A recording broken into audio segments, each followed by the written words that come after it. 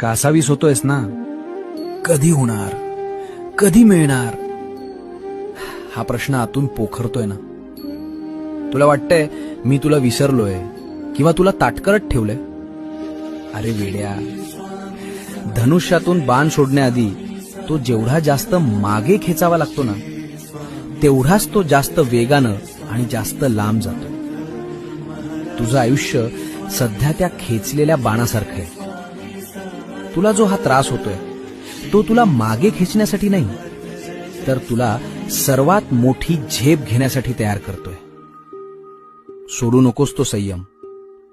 आता फक्त काही क्षणांचा खेळ उरलाय.